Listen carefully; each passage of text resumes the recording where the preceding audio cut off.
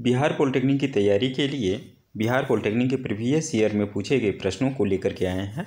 आज का चैप्टर है एरिया रिलेटेड टू सर्किट्स। कल हम इसका पहला पार्ट दिए थे क्वेश्चन नंबर 11 तक। 11 से आज 12 से आगे देंगे। यह प्रश्न बिहार पॉलिटेक्निक 2014 में पूछा गया प्रश्न है। दो समान त्रिकोण की भुजाओं का अनुपात 4:9 है। इन त्रिकोण के क्षेत्रों का अनुपात क्या है? क्षेत्रों का मतलब यहाँ पर है क्षेत्रफल से। तो यह क्वेश्चन आपके लिए रखता हूँ, आप इसका आंसर कमेंट सेक्शन में दें।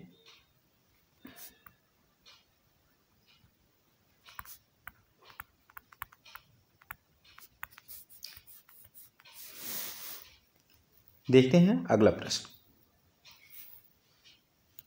Question number 13।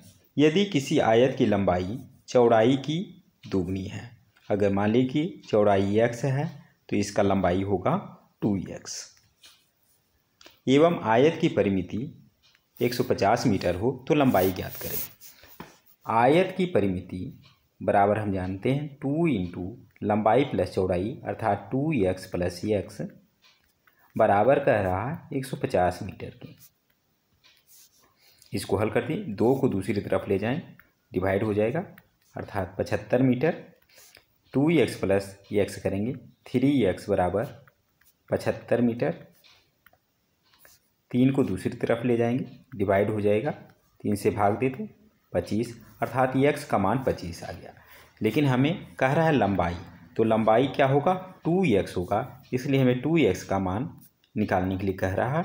तो 2x बराबर 2 गुने 25 मीटर अर्थात 50 मीटर होगा, जो कि ऑप्शन सी में है। ऑप्शन सी इसका सही आंसर होगा। Question number 14। यदि किसी वर्ग की प्रत्येक भुजा 10% बढ़ा दी जाए तो क्षेत्रफल में कितने प्रतिशत की वृद्धि होगी?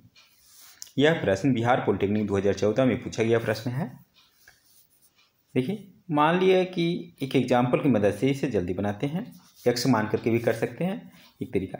मान लिए कि एक वर्ग है जिसकी भुजा x है, तो इसका एरिया कितना हो जाएगा? यह 10 का वर्ग अर्थात 100 वर्ग इकाई हो जाएगा। कह रहा है अगर इसके प्रत्येक भुजा में 10% बढ़ा दें, 10 में हम जोड़ दें 10 का 10% अर्थात 10 प्लस 1 बराबर 11। अब नया वर्ग जो है 11 इकाई का बनाए तो इसका एरिया कितना हो जाएगा? 11 गुने 11 121 वर्ग इकाई हो जाएगा। अर्थात जब मेरा पुराना एरिया 100 था तो उसमें वह बढ़ करके 121 हो गया, अर्थात वृद्धि कितना हुआ? 21 की।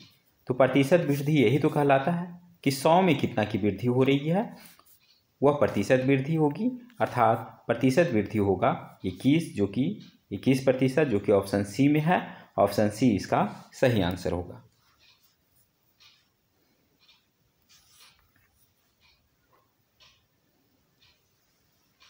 Question number 15। एक वृत्त और वर्ग का क्षेत्रफल बराबर है तो वर्ग की भुजा और वृत्त की त्रिज्या का अनुपात क्या होगा? मान ली कि वर्ग की भुजा a है और वर्ग की त्रिज्या r है, तो हमें कह रहा है कि a/r क्या होगा? प्रश्न से कह रहा है कि वृत्त और वर्ग का क्षेत्रफल बराबर है, तो हम कह सकते हैं वर्ग का क्षेत्रफल बराबर है वृत्त का क्षेत्रफल का। दोनों का सूत्र हम जानते हैं। वर्ग का क्षेत्रफल भुजा स्क्वायर अर्थात ए स्क्वायर यहाँ हो जाएगा, और वृत्त का क्षेत्रफल हम जानते हैं पाई आर स्क्वायर होता है। आर को दूसरी तरफ ले आए पहली तरफ, तो ये हो जाएगा ए स्क्वायर बाई आर स्क्वायर बराबर पाई। इससे ए और आर पे दोनों पे स्क्वायर है, तो इसे हम ए बाई आर का होल स्क्वायर कह सकते हैं। इतना बराबर पाई या पाई बटे 1 भी कह सकते हैं। इसलिए हमें मिल जाएगा ए बटे आर, स्क्वायर को दूसरी तरफ ले जाएं तो ये हो जाएगा अंडर रूट पाई, और 1 का वर्गमूल करेंगे 1 ही आएगा, अर्थात अंडर रूट पाई बाई 1। यही हमसे पूछा जा रहा था। यह अनुपात होगा अंडर रूट पाई अनुपात 1, जो कि ऑप्शन सी में है। ऑप्शन सी इसका सही आंसर होगा।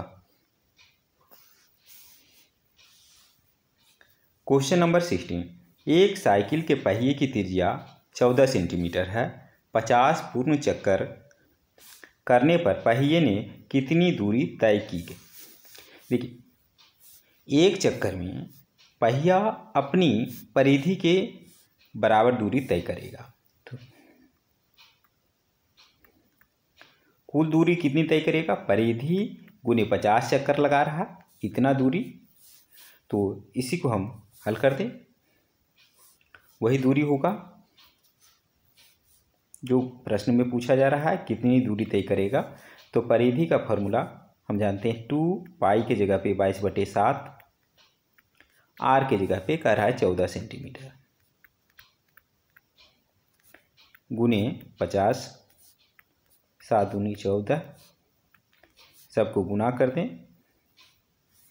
50 दूना 100, 5 दूने 44, 44 पे डबल 0, 4400 सेंटीमीटर, जो कि ऑप्शन डी में है। ऑप्शन डी इसका सही आंसर होगा।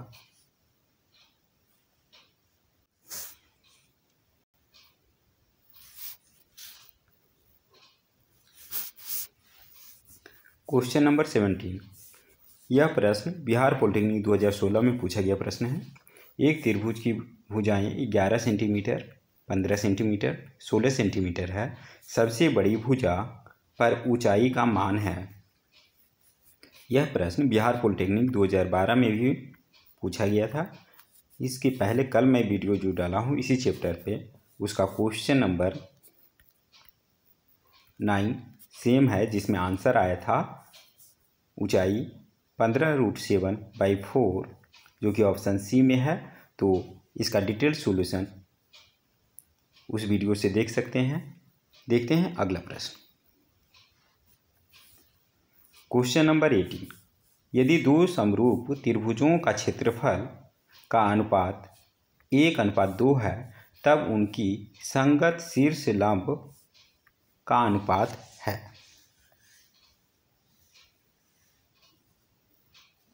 दो समरूप त्रिभुजों के क्षेत्रफल का अनुपात 1:2 है, तब उसकी संगत शीर्ष लंब का अनुपात जो होगा, ये होगा संगत भुजा से क्षेत्रफल का अनुपात हमें पता है। तो इस शीर्ष लंब भी एक प्रकार भुजा के जैसे ही बिहेव करता है, तो इसका भी अनुपात वही होगा, अर्थात क्षेत्रफल के अनुपात का वर्गमूल होना चाहिए, अर्थात 1 का अंडर रूट अनुपात 2 का अंडर रूट, जो इस ऑप्शन में से कोई नहीं दिया हुआ है, अर्थात इसके जगह पे है 1 का अंडर रूट के जगह पे 1 लिख सकते हैं, अनुपात अंडर रूट 2।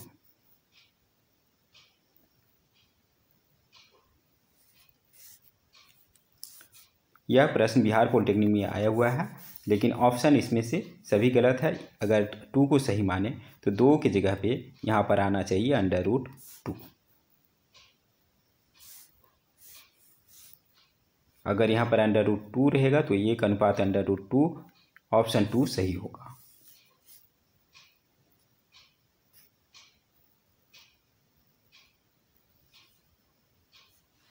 क्वेश्चन नंबर 19, मान ले एक त्रिभुज जिसका क्षेत्रफल त्रिभुज साइन से है, के अंदर एक बिंदु P है, ए बिंदु, और P से BC CA AB पर लंब की लंबाई क्रमशः P1 P2 P3 डाला गया है। P1 CA पे P2 और इस पे P3। तो कह रहा है इसका मान क्या होगा। यह प्रश्न बिहार पॉलिटेक्निक 2017 में पूछा गया प्रश्न है। इस त्रिभुज को और साफ से बनाते हैं, इस तरीके से मान लीजिए कि P एक बिंदु है, P1 लंब डाला, इस पर P2 लंब डाला और इस पर P3, नाम है ABC। अब देखिए P को अगर सभी शीर्ष से मिला दे त्रिभुज के शीर्ष से, तो इस तरीका से, तो पहला त्रिभुज A, दूसरा त्रिभुज A और तीसरा त्रिभुज A, अगर इन तीनों के क्षेत्रफलों को जोड़ दे तो बड़े त्रिभुज का क्षेत्रफल के बराबर हो जाएगा। अर्थात हम कह सकते हैं 1/2 गुने P1 लंब और इसका आधार क्या है BC, प्लस 1/2 P2 और इसका आधार AC, प्लस 1/2 P3 आधार इसका AB, बराबर होगा त्रिभुज का क्षेत्रफल, जिससे कि इस साइन से दिया गया है यहाँ पे। तो अब देखिए 1/2 तो कॉमन है, तो इसे निकाल लें। अंदर क्या बचेगा P1 BC plus P2 AC plus P3 AB बराबर साइन। अब 2 को दूसरी तरफ ले जाएं, 1/2 को दूसरी तरफ, तो 2 ऊपर में गुना हो जाएगा, 1 से भाग दे दें, अर्थात इसे हम लिख सकते हैं 2 ट्रायंगल का साइन। तो यही तो पूछा जा रहा है कि यह किसके बराबर है, तो त्रिभुज के क्षेत्रफल का दुगुना होगा, जिसे हम 2 ट्रायंगल कह सकते हैं, जो कि ऑप्शन 3 में है। ऑप्शन 3 इसका सही आंसर होगा। देखते हैं अगला प्रश्न। एक वृत्त की परिधि 100 सेंटीमीटर है, तब वृत्त में खींचे गए अंतःवर्ग की भुजा है। एक वृत्त है, इसमें एक अंतःवर्ग खींचा गया है। वृत्त की परिधि बराबर हम जानते हैं 2πr, इतना बराबर कह रहा है 100 सेंटीमीटर। इससे हम कर सकते हैं 2r बराबर पाई को दूसरी तरफ ले जाए तो आ जाएगा 100/π सेंटीमीटर। 2r का मतलब हो गया वृत्त का व्यास, तो इसमें जो वर्ग बनेगा उसका विकर्ण इस वृत्त का व्यास होगा। तो अगर मान लीजिए कि वर्ग की एक भुजा ये है, तो हम जानते हैं विकर्ण का सूत्र होता है √2a। इतना 2r यह जो होगा वह बराबर होगा √2a के बराबर होगा, और हमें कह रहा है कि वर्ग की भुजा का मान बताइए, अर्थात a का मान बताइए। √2a बराबर इतना, इसलिए a बराबर √2 को दूसरी तरफ ले जाएं, इसे हम लिख सकते हैं √2 नीचे डिवाइड हो जाएगा पाई। इतना देखिए ऑप्शन में नहीं दिया हुआ, तो क्या करें, √2 से ऊपर भी गुना कर दें, नीचे भी गुना कर दें, तो नीचे गुना कर √2 के बदले 2 आ जाएगा, 2 से ऊपर डिवाइड करते हैं, अर्थात 50 √2/π आएगा इतना सेंटीमीटर, जो कि ऑप्शन 2 में है। ऑप्शन 2 इसका सही आंसर होगा। देखते हैं अगला प्रश्न। Question number 21। एक अर्धवृत्त के निहित किए जा सकने वाले अधिकतम क्षेत्रफल वाले त्रिभुज का क्षेत्रफल जहां अर्धवृत्त की त्रिज्या r सेंटीमीटर है। यह प्रश्न बिहार पॉलिटेक्निक 2018 में पूछा गया प्रश्न है। प्रश्न को समझते हैं। अर्धवृत्त है, त्रिज्या r है, अर्थात यह व्यास होगा। इसमें सबसे बड़ा क्षेत्रफल वाला त्रिभुज कौन सा बन सकता है, वह बनेगा जो कि इसके केंद्र से लंबवत हो। ये त्रिभुज बनाएंगे, उसका क्षेत्रफल सबसे बड़ा होगा, अर्थात इस त्रिभुज का आधार 2r और ऊंचाई जो होगी r होगी। तो जो इसका क्षेत्रफल होगा वही मैक्सिमम होगा। तो इसका क्षेत्रफल हम निकाल दें 1/2 गुने आधार के जगह पे 2r और ऊंचाई के जगह पे r। 2 कैंसिल, r गुने r करेंगे या r² सभी सेंटीमीटर में दिया हुआ है तो वर्ग सेंटीमीटर, जो कि ऑप्शन 3 में है। ऑप्शन 3 इसका सही आंसर होगा। क्वेश्चन नंबर 22, एक वृत्त में 120 डिग्री का चाप काटा जाता है जिसका क्षेत्रफल 66/7 वर्ग इकाई है, वृत्त की त्रिज्या है। यह प्रश्न बिहार पॉलिटेक्निक 2018 में पूछा गया प्रश्न है। चापखंड का क्षेत्रफल का सूत्र हम जानते हैं, θ/360, थीटा की जगह पर 120 डिग्री बटे 360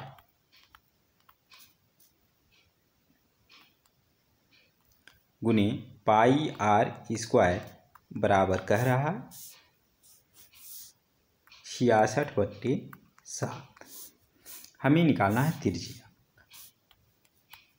काट दें तो r² बराबर आ जाएगा 66/7, 3 भाग है यह गुना में हो जाएगा, पाई भाग में आएगा अर्थात 22/7, 7 को ऊपर लेके चले जाएं, 7 कैंसिल, बच दिया 66 या 3 गुने 3, इसे हम लिख सकते हैं 3 का स्क्वायर।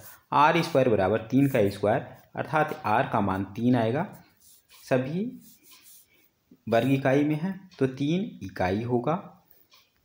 त्रिज्या इसका 3 इकाई होगा जो कि ऑप्शन 2 में है। ऑप्शन 2 इसका सही आंसर होगा। इस वीडियो में बस इतना ही। जल्द ही मिलते हैं अगले चैप्टर के साथ। तब तक के लिए धन्यवाद।